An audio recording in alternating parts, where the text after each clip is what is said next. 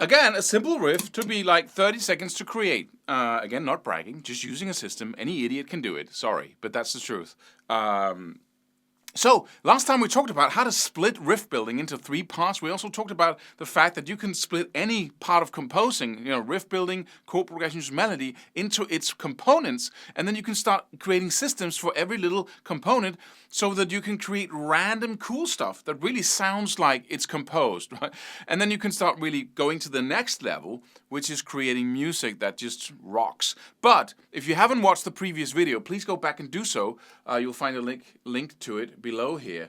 So we talked about rhythm being one of the parts. We talked about structure, and then we talked about notes. Rhythm. Let's create a system that enables you to come up with really inspiring rhythms, but not like you have to be creative. Let's be random, because creativeness is often a matter of, you sit down, you try to create something, but then your brain just basically jumps from association to association. So if I say orange, what do you think about when I say orange? If you have to mention the first thing that comes in, yeah, you think about an orange. But if you have to say something that you come to think about, you might say apple. And another person might say, oh, apples, they remind me of grandma and her tree in the backyard with the apples.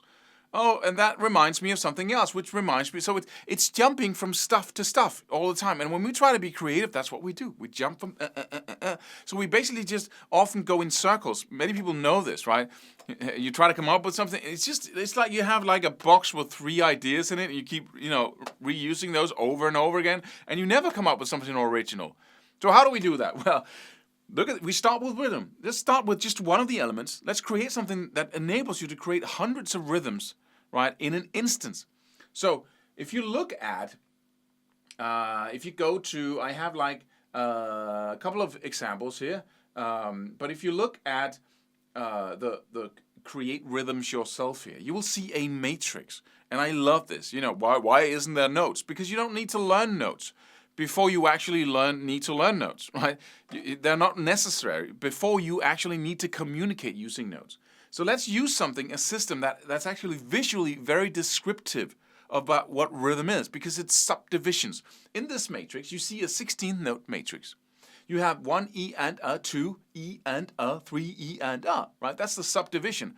And if you really want to practice this and do it so you learn rhythm at the same time, I advise you to tap your foot at 1, 2, 3, and 4. So you go, right? 1 E and a, 2. This is the tapping of the foot. 3 E and a, 4 E and a, right? And then in the beginning, you might just want to create a rhythm that just goes for the 1, 2, 3, and 4. So you go 1 E and a, 2, 3, 4. So this is the subdivision now, right? So you could create a rhythm that starts on 1. That's what we want to do. That's the first rule to creating something that sounds really cool. You can always mess with that rule later on, but every rhythm you create, let them start on 1. So that's the home base. So 1 E and a, 2 E and a, 3 E and a. Let's not say the E and a. Let's just 1, 2, 3, 4. And I'm going to stroke on 1 and 3 and 4. I'm just going to skip 2. That's my rhythm. Just random stuff, right? 1, 3, 4, 1, 2, 3, 4, 1, right? So let me just try and play that. 1, 2, 4, 1, 3, 4, 1, 1, 2, 3, 4, 1, 2, 3, 4, 1. And I can already use that, right? I can.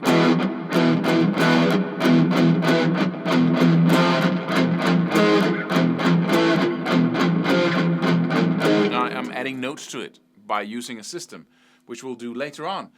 But that, start at that level, because I need you to practice this as a tool. Then the next thing is to say, okay, let me include the ands as well. So I go 1 and 2 and 3 and 4 and still tapping my foot in 1, 2, 3, and 4.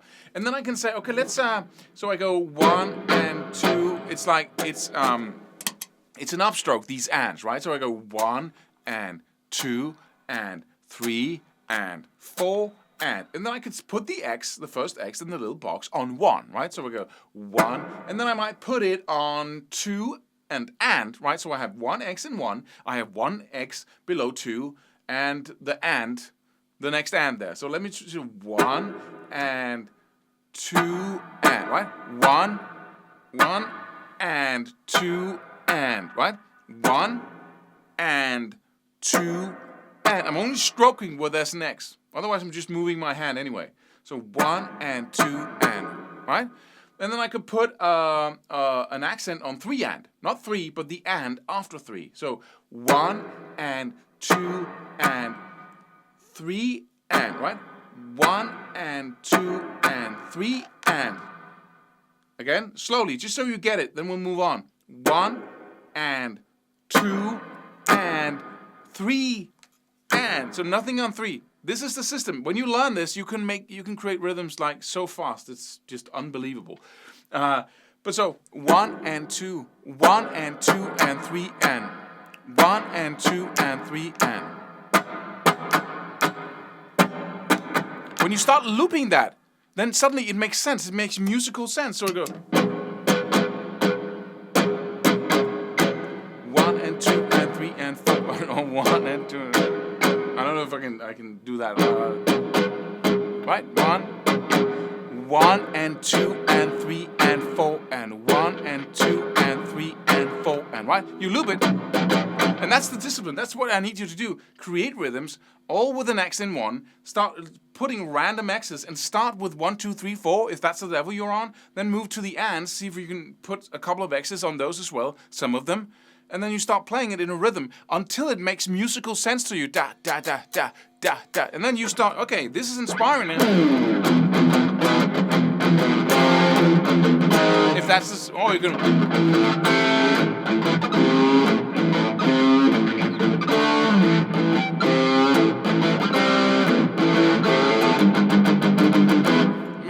That's the association I got when I heard that. Right? So you start associating new things because you create something that wasn't there before. Not by trying to jump from place to place in your brain, coming up with, just all the stuff you used to come up with. Now you actually break that pattern in your brain by coming up with random stuff that follows a simple rule of starting on 1, and then you just put random X's, see what happens, and everything you do makes sense. Right? It makes musical sense, which is magic. So now you have a tool. If you start simple, practice your rhythm, and then a little bit more complex, then you can go to 1 E and a 1, and that's just 1 E and a 2 E and a 3 E and a 4 E and a. Right? Now you have the.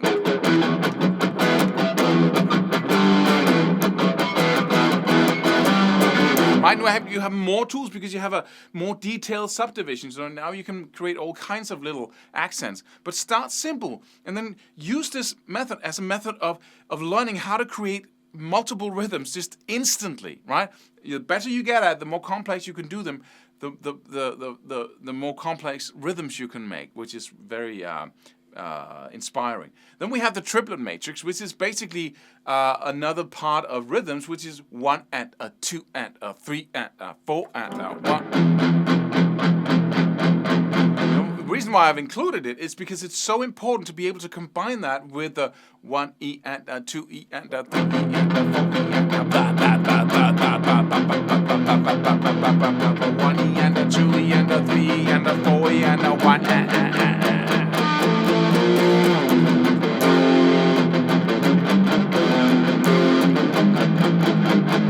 Right, if it's really dark, right?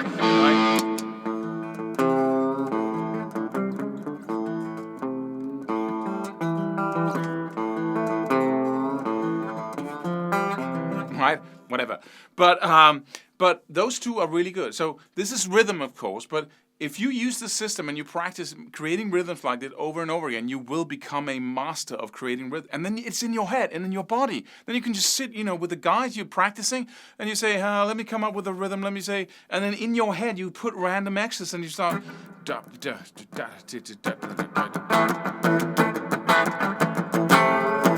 Right.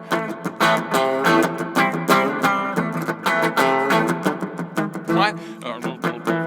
You start creating all kinds of stuff, and you have that ability, and people are going to look at you and say, "What? How does he do that? What is that? What is that source of endless inspiration?" It's a system, right? So please do that. Please practice that, because once you have that, it's easy to put on the notes on top of it.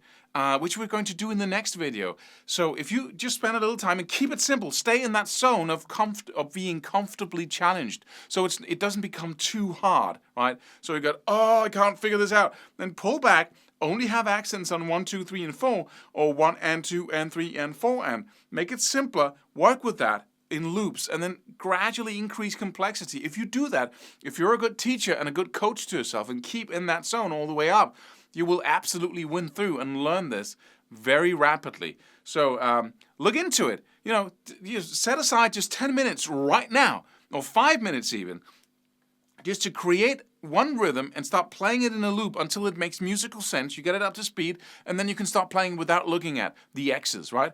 And then another rhythm. You can do 2 rhythms in 5 minutes of whatever level you're on, and then move on. Do it every day, right? And then you actually will get this ability, and that's the fundamental skill of building riffs and melodies and licks and everything else. So do it, and then I'll see you in the next video where we'll put some notes to this and really create some magic here.